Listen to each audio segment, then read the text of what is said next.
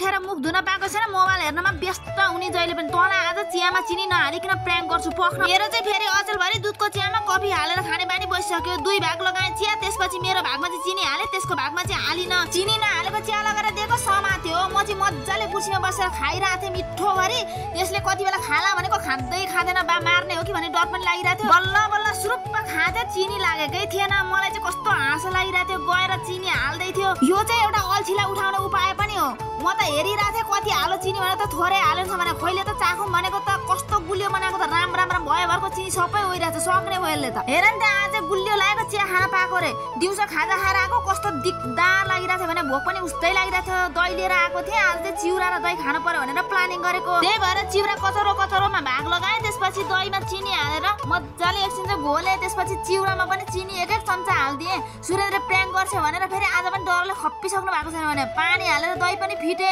दही र चिउरा खाँदै यस्तो मिठो भएको थियो कि तर बिहान मैले खानै खाएको थिइनँ क्या यस्तो भोक लागिरहेको थियो बिहान खाना खाँदै नमिठो भएर थालमै छोडेर हिँडेको थिएँ नि त तर यो भात अहिले आएर हेर्नै मन लागेन यो दही चिउरा भेटेपछि के को भात खानु र आजलाई चाहिँ यति नै भिडियोलाई लाइक गरी च्यानल सब्स्क्राइब गरेर अल नोटिफिकेसन नभुल्नु ल एन्ड बाई